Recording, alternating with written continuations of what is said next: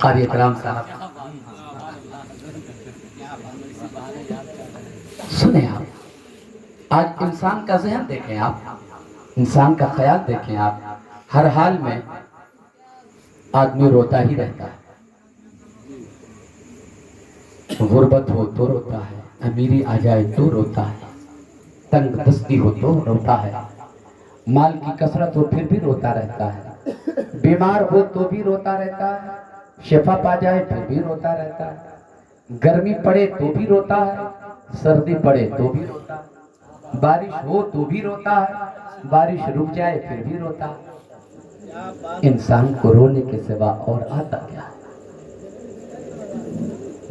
میں کہتا ہوں نہیں، رونے کی ضرورت نہیں ہے،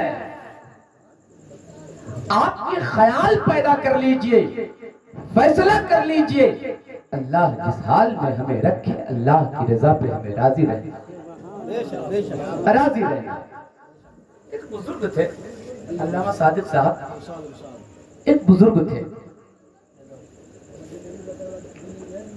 بیٹھے ہوئے تھے، اچانک بارش ہونے لگی، بارش ہونے لگی تو یہ مولانا روم نے مثنوی شریف میں لکھا ہے، اچانک جو بارش ہونے لگی تو انہوں نے سر اٹھایا، کیا یہ وقت بارش ہونے کا ہے؟ ایسے ہی کہا انہوں نے، کیا یہ وقت بارش کا ہے؟ بات آئی گئی ختم ہو گئی۔ پھر اس بزرگ کا وصال بھی ہوا، مریدین کا حلقہ تھا، پیر صاحب تھے اپنے وقت کے، وصال ہو گیا۔ خواب میں کسی مرید نے اپنے پیر کو دیکھا تو پوچھا، حضور وصال کے بعد کیا سلوک آپ کے ساتھ ہو رہا ہے؟ کیا محسوس کیا؟ قبر کی اندھیری کوٹھری کے حالات بتائیں، کیا کچھ ہوا؟ اب کیا ہو رہا ہے؟ اور امید کیا ہے؟ کیا ہونے والا ہے؟ کیسا لگ رہا ہے؟ وہ بزرگ فرماتے ہیں، کیا بتاؤں، کیا بتاؤں؟ ہر روز ایک آواز آتی ہے، ایک آواز آتی ہے، اللہ تعالیٰ قیامت کے دن اپنے سامنے کھڑا کر کے سوال کرے گا، اگر یہ وقت بارش کا نہیں ہے تو تو ہی بتا کہ بارش کا کون سا وقت ہے؟ اگر یہ وقت بارش کا نہیں ہے تو تو بتا کہ بارش کا کون سا وقت ہے؟ بس زبان، انسان کی زبان اگر سنور جائے، زبان کی حفاظت ہو جائے تو انسان عزت بھی پا جاتا ہے اور اللہ کا قرب بھی حاصل کر جاتا ہے۔ یہ زبان انسان کو رسوا بھی کر دیتی ہے اور یہی زبان انسان کو عزت بھی دیتی ہے۔ حضرات، ہمیں بڑے سنبھل کے بات کرنا ہے، سنبھل کر ہمیں کسی سے گفتگو کرنا ہے اور اللہ کی رضا کے لیے جیتے رہنا ہے۔ جی لگا کر ایک بار درود شریف پڑھیں تو ایک اچھی بات بتاؤں گا۔ اللہم صلی علی سیدنا و مولانا محمد وعلی آل سیدنا و مولانا محمد بارک وسلم، صلو علیہ صلاۃ و سلام علیک یا رسول اللہ یا حبیب اللہ صلی اللہ تعالی علیہ وسلم۔ بس اللہ کی رضا کے لیے ہمیں جینا ہے، اللہ جس حال میں رکھے ہمیں راضی رہنا ہے۔ غور سے سنیے، بس اللہ کی بندگی ہو، اللہ کی عبادت ہو اور ہر حال میں اللہ کی خوشی ہونی چاہیے۔ اللہ ہمیں جس حال میں رکھے اسی پہ راضی رہنا۔ حضرات، میرے آقا کے ایک صحابی حضرت سعد ابن وقاص گزرے، میدان احد میں ایک ایک لفظ سنیے آپ، احد کے میدان میں میرے آقا تیر اٹھا کر انہیں دیتے جاتے تھے اور حضرت سعد ابن وقاص تیر چلاتے جاتے تھے دشمن۔ پھر جنگ کے خاتمے کے بعد میرے مصطفیٰ نے فرمایا، او مکہ کے لوگوں سنو، میرے آقا کے رشتے میں ماموں لگتے تھے حضرت سعد ابن وقاص۔ فرماتے میرے آقا ہے دنیا کے لوگوں، ہے کسی کے پاس ایسا ماموں تو دکھاؤ، ہے کسی کے پاس ایسا ماموں تو دکھاؤ۔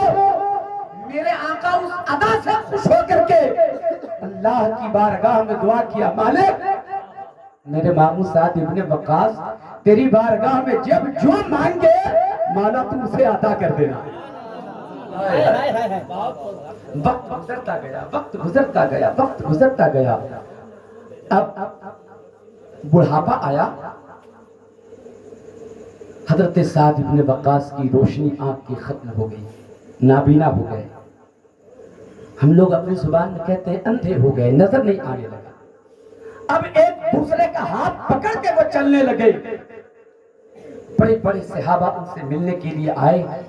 سوچا ذرا سا ان سے ملاقات کیا جائے، دیکھا جائے. گئے جب لوگ ان کے پاس پہنچے، عرض کرتے ہیں اے نبی کے پیارے صحابی، آپ کے لیے تو میرے آقا نے دعا فرما دیا ہے، اللہ جو مانگے سعد بن وقاص میرے مالک کو اسے عطا فرما دینا. آپ تو مستجاب الدعوات ہیں، اللہ کی بارگاہ میں آپ آنکھوں کی روشنی کیوں نہیں مانگ لیتے؟ اندھا پن ختم ہو جائے کیوں نہیں اللہ کی بارگاہ میں مانگ لیتے؟ جواب آلو. سعد بن وقاص عرض کرتے ہیں اے پیارے نبی کے پیارے صحابہ، یہ بتاؤ میں جو اندھا ہوا ہوں کس کی مرضی سے؟ میں اندھا ہوا کس کی مرضی سے؟ عرض کرتے ہیں صحابہ اللہ کی مرضی سے. تو پھر عرض کرتے ہیں حضرت سعد بن وقاص، اگر اللہ کی مرضی سے اندھا ہوا تو میں بھی اللہ کی مرضی پہ راضی ہو گیا. کہ روشنی مانگنے کی ضرورت کیا ہے؟ اللہ اگر اسی میں راضی ہے تو میں بھی اسی میں راضی. اللہ کی رضا پہ ہمیں راضی رہنا چاہیے. اللہ جس حال میں رکھے ہمیں راضی رہنا ہے. 2 منٹ اور وقت دیں گے کیا؟ کتنے لوگ سنیں گے؟ ہاتھ اٹھا کر بتائیں تو ذرا. ایک بار درود شریف پڑھیے. اللہم صلی علی سیدنا و مولانا محمد و علی آل سیدنا و مولانا محمد بارک وسلم. صلو علیہ الصلاۃ والسلام علیک یا رسول اللہ یا حبیب اللہ صلی اللہ علیہ وسلم. اچھا ابھی میں آپ کو اجازت دے دیتا ہوں. نہ حافظ بابر صاحب کچھ کہیں گے اور نہ علماء اہل سنت آپ سے کچھ کہیں گے. آپ جائیے، جانے والے لوگ جتنے ہیں چلے جائیے. اب میں آپ سے کہتا ہوں کہ 1 بجے رات تک انشاءاللہ تعالی یہ محفل چلے گی. کتنے لوگ جائیں گے؟